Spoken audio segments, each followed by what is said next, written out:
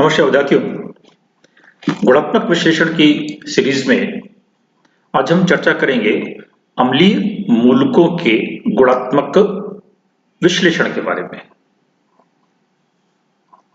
Acid radicals के।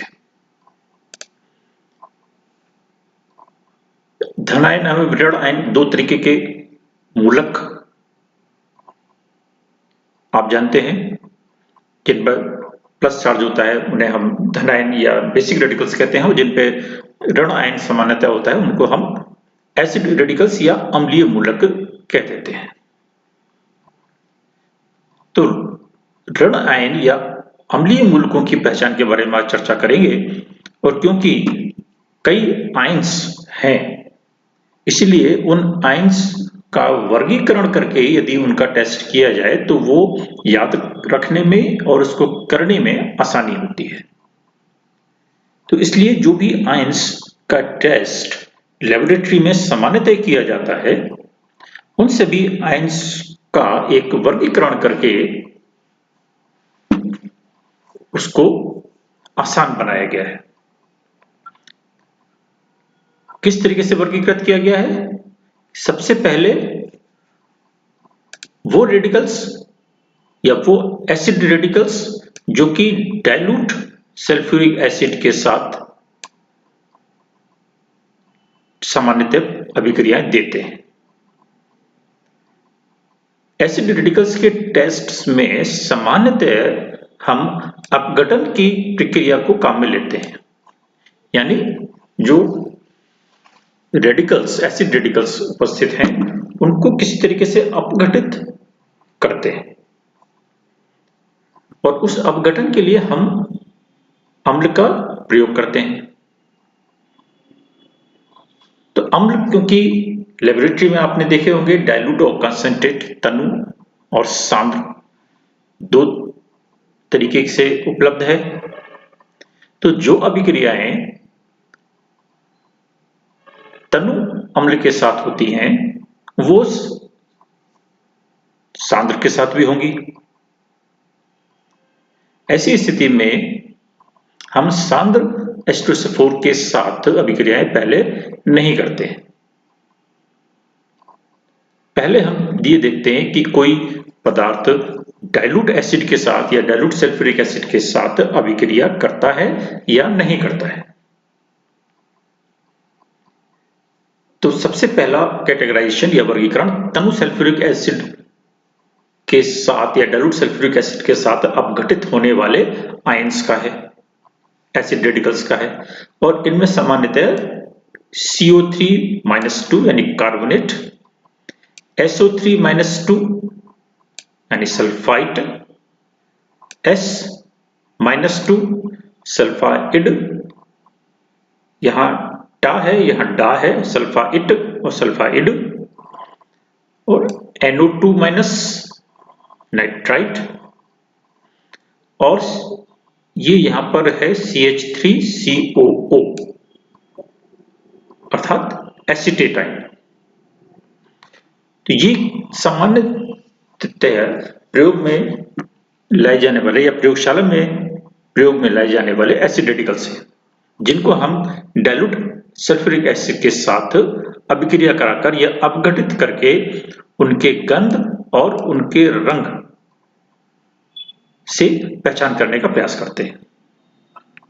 और दूसरा है सांद्र H2SO4 के साथ। यदि डाइल्यूट सल्फ्यूरिक एसिड के साथ कोई अभिक्रिया नहीं हो रही है तो हम नेक्स्ट स्टेप कंसंट्रेट एसिड का लेते हैं। ऐसी स्थिति में भी हम वही कि उसके रंग में क्या परिवर्तन आ रहा है या उसके गंध में क्या आ रहा है, किस तरीके की वाष्प निकल रही है, उस वाष्प का कोई रंग है या कोई गंध है, उसका विश्लेषण करते हैं या उसको ऑब्जर्व करते हैं। तो कंसंट्रेट सल्फ्यूरिक एसिड के साथ अपघटित होने वाले सामान्य अम्लीय मूलक हैं chloride Cl-, bromide Br-, iodide I- यानी chloride bromide iodide, nitrate NO3-, oxalate, ये ऑक्जिलेट ये हमारा इंटरफेरिंग रेडिकल है, और फ्लोराइड ये भी इंटरफेरिंग रेडिकल है, और BO3-3 ये तीनों इंटरफेरिंग रेडिकल्स हैं।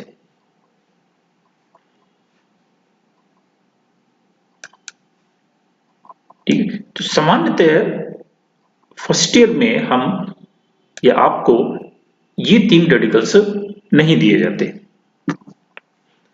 सामान्य प्रयोग में क्लोराइड, ब्रोमाइड, आयोडाइड और नाइट्रेट, यही रेडिकल्स फर्स्ट ईयर की क्लासेस में दिए जाते हैं।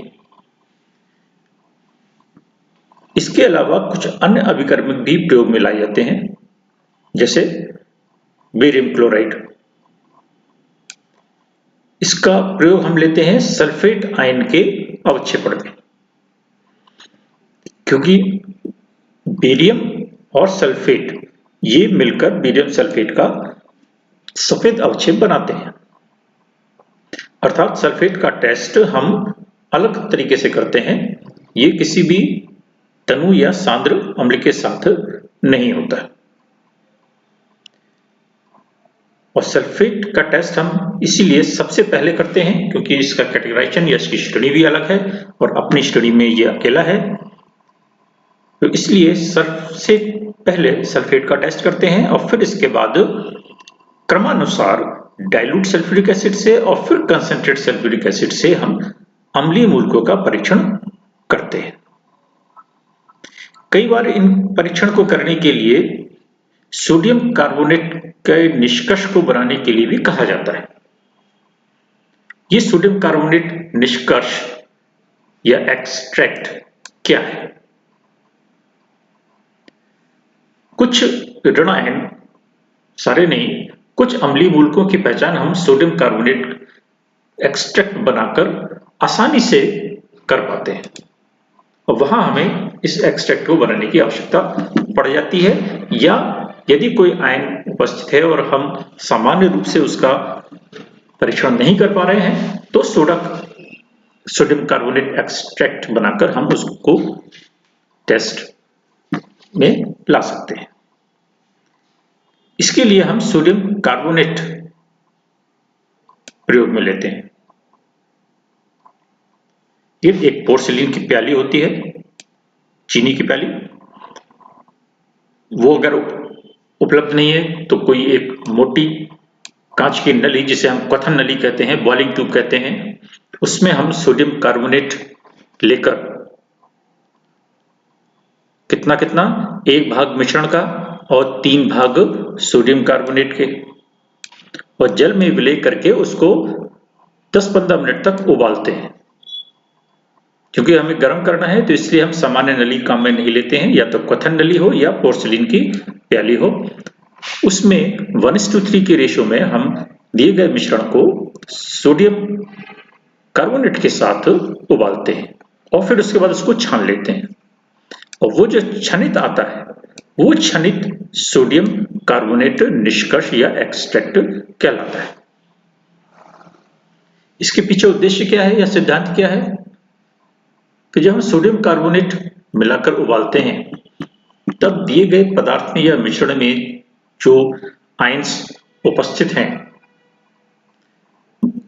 ठीक है, धातु के, ज्यादातर धातु के लवण होते हैं, तो जो धातु के आयंस उपस्थित हैं वो कार्बोनेट के साथ मिलकर कार्बोनेट्स बना देते हैं, और ये सामान्यतः जल में अवलेय रहते हैं। ठीक है, तो एक अवलेय कार्बोनेट्स बना देते हैं और उनको हम छानकर अलग कर देते हैं। जैसे अगर मान लीजिए लेड उपस्थित है तो लेड कार्बोनेट बन गया, ठीक, वो उसको हम बेसिक रेडिकल्स को एक तरीके से अलग कर देते हैं, और जो एसिड रेडिकल है वो रह जाते हैं। तो जब हम छानते हैं तो छनित में जो कि सोडियम कार्बोनेट एक्सट्रैक्ट है, सिर्फ एसिड रेडिकल्स रह जाते हैं और उनके सोडियम साल्ट, एसिटेट है तो सोडियम एसिटेट, क्लोराइड है तो सोडियम क्लोराइड, नाइट्रेट है तो सोडियम नाइट्रेट, तो सब सोडियम के साल्ट्स अवेलेबल रहते हैं और बाकी जो बेसिक रेडिकल्स हैं उनके कार्बोनेट्स अवक्षेपित होकर निकल जाते हैं और ऐसी स्थिति में एसिड रेडिकल्स का कंसंट्रेशन बढ़ जाता है और उनके टेस्ट या उनके परीक्षण करने में हमें आसानी हो जाती है। इसलिए सोडियम कार्बोनेट एक्सट्रैक्ट से कई बार हमारे परीक्षण आसान हो जाते हैं। या फिर कोई ऐसे अवलेय मूलक हैं, अवलेय पदार्थ हैं जिनका परीक्षण नहीं हो पा रहा है, उनको भी हम सोडा कार्बोनेट से कर सकते हैं जिनका सामान्यतः विलयन नहीं बनता है। तो इसलिए एसिड रेडिकल्स के टेस्ट में हम ये ध्यान में रखेंगे कि तो क्रम, सबसे पहले सल्फेट का टेस्ट और फिर इसके बाद डाइल्यूट एसिड से अपघटित होने वाले परीक्षण या अम्लों का परीक्षण या अम्लीय मूलकों का परीक्षण और फिर उसके बाद सांद्र अम्लों से अपघटित होने वाले अम्लीय मूलकों का परीक्षण। इस क्रम में ही हमें टेस्ट करने होते हैं। सामान्यतः हमारा जो उद्देश्य होता है वो 2, 4, 6 या 8 मूलकों के परीक्षण का होता है और इसमें क्रमशः सामान्यतः 1, 2, 3 या 4 अम्लीय मूलक होते हैं। यदि 4 मूलक निकालने हैं तो उसमें हमारे पास उद्देश्य होता है 2 अम्लीय और 2 क्षारीय मूलकों का निर्धारण करना। 4 अगर अम्लीय मूलक और 4 बेसिक रेडिकल्स हैं तो ये और कॉम्प्लिकेटेड हो जाता है। तो जितना अधिक आयंस मिश्रण में उपस्थित होंगे, टेस्ट करने के लिए हमको उतनी ही अधिक एडवांस टेक्निक्स प्रयोग में लानी होगी और ऐसी स्थिति में सोडियम कार्बोनेट निष्कर्ष एक अच्छी भूमिका निभाता है या उससे हमें टेस्ट करने में आसानी हो जाती है।